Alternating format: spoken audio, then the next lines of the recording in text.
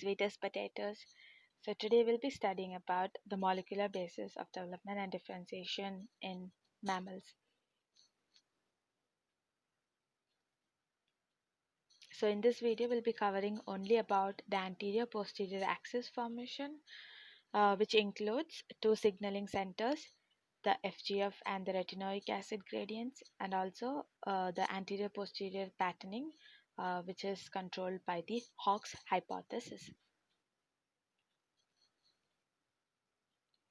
So before going into the topic, I would like to read out these lines by a biologist and poet Miroslav Holob in the year 1990 remarked, between the 5th and 10th days, the lump of stem cells differentiate into an overall building plan of the embryo and its organs.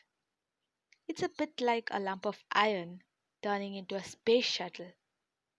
In fact, it is the profoundest wonder we can still imagine and accept, at the same time so usual that we have to force ourselves to wonder about the wonderness of this wonder. It is indeed a wonder. It is indeed a wonderful, and we are just beginning to understand or find out how amazing these network of genes are. So before going into this, you also need to know a little bit about the epiblast. So the epiblast, in case of mice, it is cup shaped, whereas in case of humans, it is disc shaped. And as you know, just for a recap, you have this epiblast. So the epiblast is derived from the inner mass of cells, which are right above the hypoblast. So this pink color cells refer to the epiblast. And later, what this epiblast will give rise to three primary germ layers, that is the ectoderm, endoderm, and the mesoderm. And here is another diagram of the embryonic epiblast. So this is here you can see the diagram. So this is a mouse embryo. So when you it's a 7th-day mouse embryo, and the dorsal surface of the epiblast. So the epiblast is also called as the embryonic ectoderm. So the dorsal surface, it comes in contact with this cavity, that is amniotic cavity, whereas the ventral surface of the epiblast, it comes in contact with the mesoderm. And this, you can see the cup-like arrangement. So this cup-like arrangement of the ectoderm, it covers the surface of the embryo.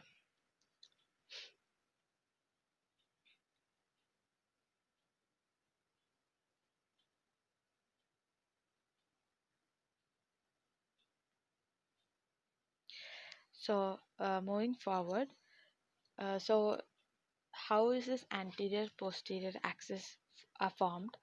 So this anterior posterior axis formation, it is controlled by two signaling centers. So to better understand them, I've just drawn them. So there are two signaling centers called as the node as well as the AVE. So the AVE, it stands for the anterior visceral endoderm, and so these both the signaling centers are very important for the anterior posterior axis formation in case of mice.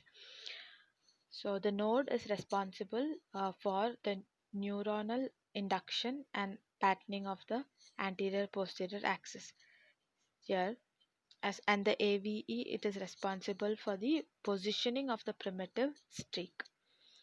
So the signals. So first we'll understand about how the signaling cascade works in case of the anterior visceral endoderm. So the signals which initiate the primitive streak, it comes from the tropoblast, and these tropoblast cells, which are derived from the extraembryonic ectoderm, it goes and interacts with the epiblast, and from the extra embryonic ectoderm, there's another gene which originates, which is referred to as the BMP4. So the BMP4, what it does is that it instructs the adjacent epiblast cells to make more Vent uh, 3A as well as the nodal genes. And one more thing what it does is that this AVE, it goes and prevents this Vent 3A and nodal, and it affects the anterior side of the embryo. So and this AVE, how it affects is that how it prevents is that by secreting, I've just used this blue color dots to show secretion. So this AVE, it will go and secrete some of the antagonist, and because of the presence of this antagonist, it will go and block these two signals, that is the vent 3A and the nodal signal. So what are the antagonists? So you have the left one. Here you can see the left one, Dickoff F, as well as Cerberus.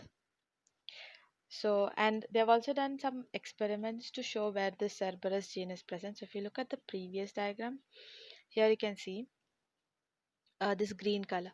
So, this green color is the expression of the Cerberus gene by adding this green fluorescent protein.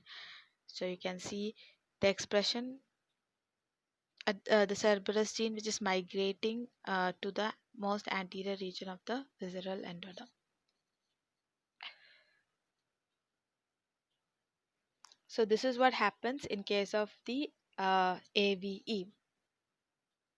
Now coming to the nodal region.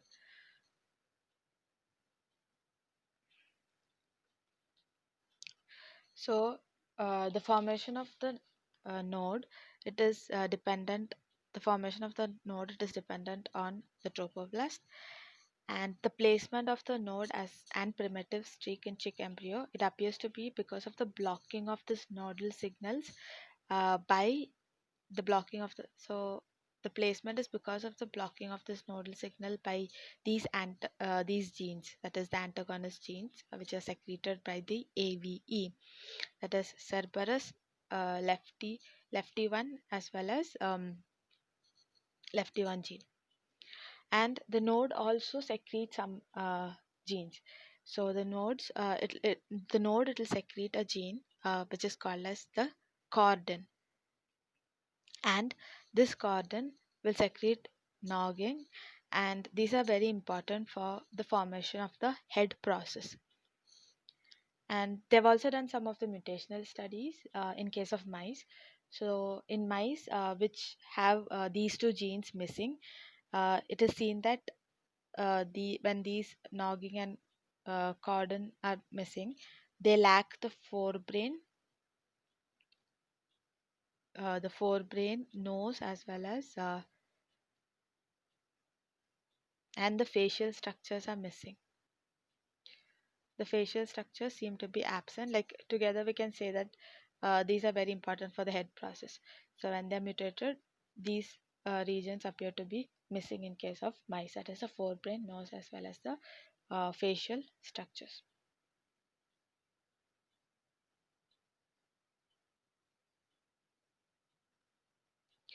And so I've just drawn this frog to show you an amphibian embryo, like just to show an amphibian embryo.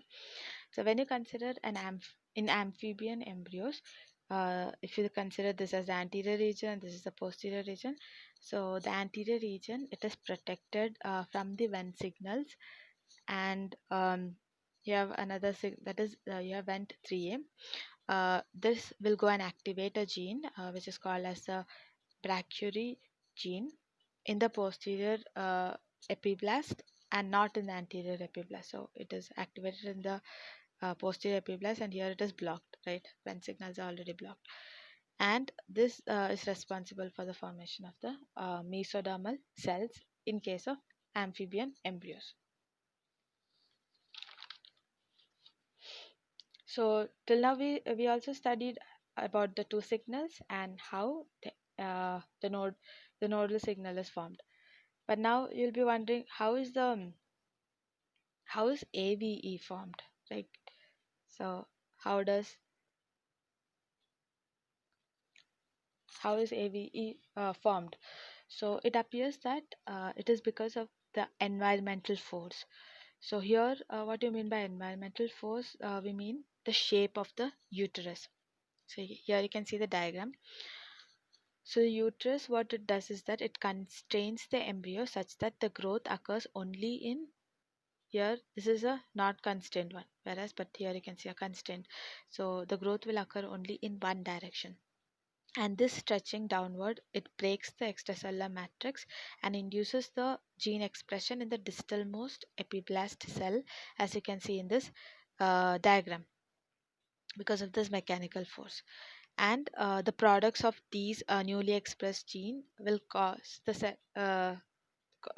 it to migrate anteriorly and become this that is the AVE precursor. And Hiramastu and colleagues, so you can see the name Hiramastu and colleagues in the year 2013, they found that if they leave the embryo to grow in a non-constricted chamber, then this anterior posterior axis is not formed. So from that, they came to know that for the formation of anterior posterior axis and the AVE precursor, this type of construction or the environmental force is very important. And this mechanical force, which is generated by the uterus, is very critical for the normal development of the anterior posterior axis.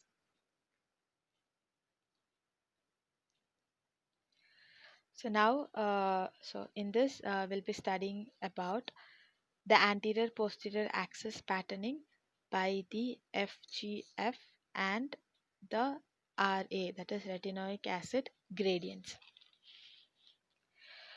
So here, the head, that is the anterior region, the head of the embryo, it is devoid of these nodal signals. And see, you have the anterior, this is so in this diagram, if you can see, you have this anterior region and then you have this posterior region.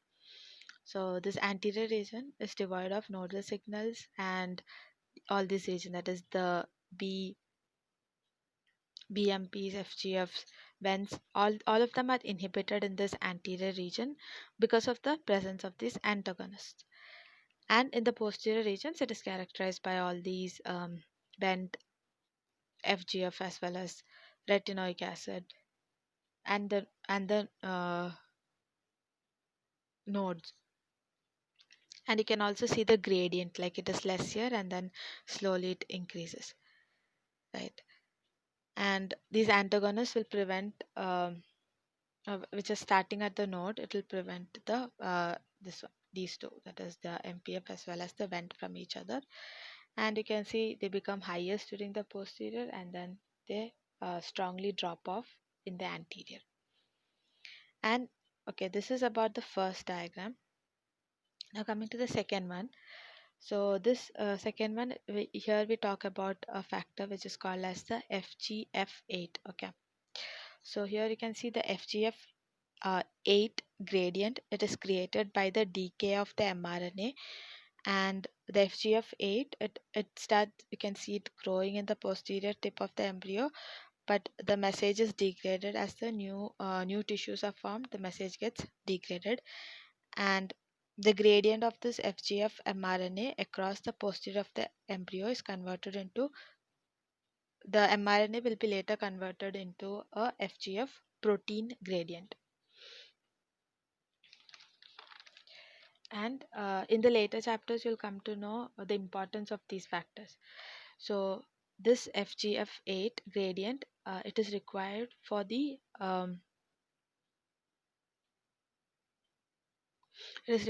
development of the somatic mesoderm.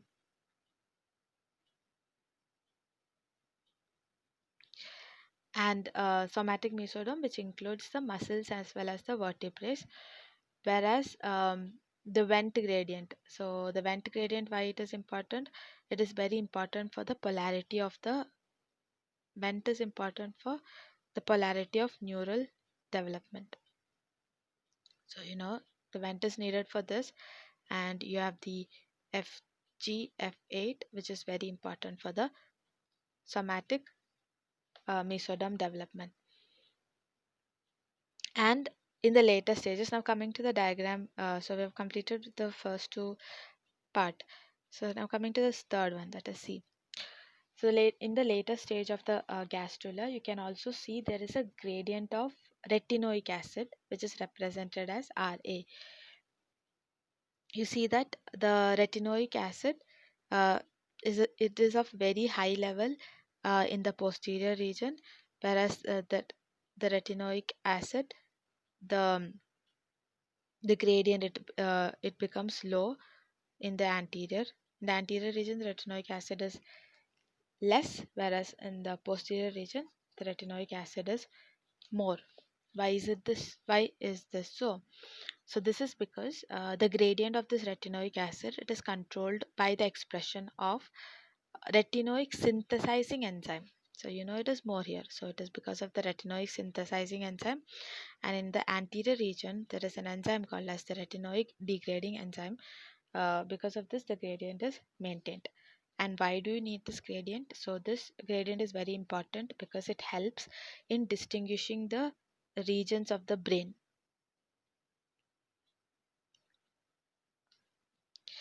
And the FGF gradient pattern in the posterior part of the embryo is and this I've already told you of the FGF. So this gradient is working through a set of genes, which is referred to as the CDX family of genes, which means claudal related genes. Now we'll study about the anterior posterior patterning by the Hawkes code hypothesis. Okay, so you know that in all the vertebrates, the anterior posterior polarity, it becomes specified because of the expression of a specific set of genes, which are called as the Hawkes genes. And these Hawkes genes, they are very similar. They are homologous to the homeotic selector genes in the fruit fly. So if you so we have already done a class on the homeotic selector genes, and if you have not seen the video, I will link it in the description. You can check that out. So these Hawkes genes are homologous to the homeotic selector genes, and all the known mammalian genome, they contain 4 copies of the Hawkes complex per haploid set, which are located on 4 different chromosomes. So here this diagram, it actually gives you the relationship between the fruit fly and the mammal, that is the mice, and the genes, that is you have the homeotic selector genes as well as the Hawkes genes. And as I've told you, the Hawkes genes are present on the 4 different chromosomes. So you can see this. So this is chromosome 1, 2, 3, and 4. So you have 4 different chromosomes, and there are Hawkes genes from Hawkes A to Hawkes D. So they're present. And the order of these genes, so in case of mouse, you write it as small letters, that is from Hawkes A to Hawkes, as you can see in the diagram, the same way, Hawkes A to Hawkes D. But whereas in humans, when you're representing these genes, you write it in capital letters, that is Hawkes A to Hawkes D. And the order of these genes and the respective chromosomes are very similar between the insects as well as humans. And the mammalian genes, which are homologous to the Drosophilus, if you remember the homeotic selector genes, that is the labial, proboscopedia, and deformed, these are present anteriorly. You can see all these genes, like, so you can see the Drosophilus genes, that is the labial, proboscopedia, and the deformed. So these are expressed anteriorly, and uh, the genes which are homologous, so all these genes are expressed anteriorly, and the genes which are homologous to the UBX and the ABDB genes, they are expressed posteriorly or in the later stages. And in case of the Drosophila, the head formation is by two genes. That is again two new genes you have to remember. That is orthodendrical and empty spiral and empty spiracle gene. So, and these two genes, that is the orthodendrical and empty spiracles gene, they are very important in Drosophila for the head formation. Whereas in case of mice, that is for the midbrain as well as for the forebrain, they are made by the expression of the genes which are homologous to these genes, and they in short form they are written as OTX2 and EMX. So in the mice, because of these genes, the midbrain and forebrain is formed. And as you can see in this diagram, the mammalian hox genes, they are numbered from 1 to 13. You can see from A1 to A13. They are numbered from 1 to 13 from the anterior to the posterior. So 1 stands near the anterior region and 13 is at the posterior region. And this image shows the relationship between the Drosophila and the mouse homeotic selector sets, and equivalent genes in the mouse complex are referred to as the paralogs. So to make you understand what paralogs are, here you can see the genes. See, you have the hox A1, and they're also in the same color. You can see the same color.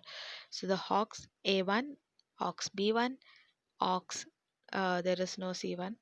So ox A1, B1, and D1. So these are referred to as the paralogs. Similarly, you can see another gene here, the purple ones, that is A4, B4, C4, D4. So these genes are also called, these genes are referred to as the, these are referred to as the paralogs. So the equivalent genes in the mouse complex which are present in the different chromosomes, there are 4 different chromosomes, so they are referred to as the paralogs. And these Hox gene expression can be seen along the mammalian body axis, which you can see in this diagram.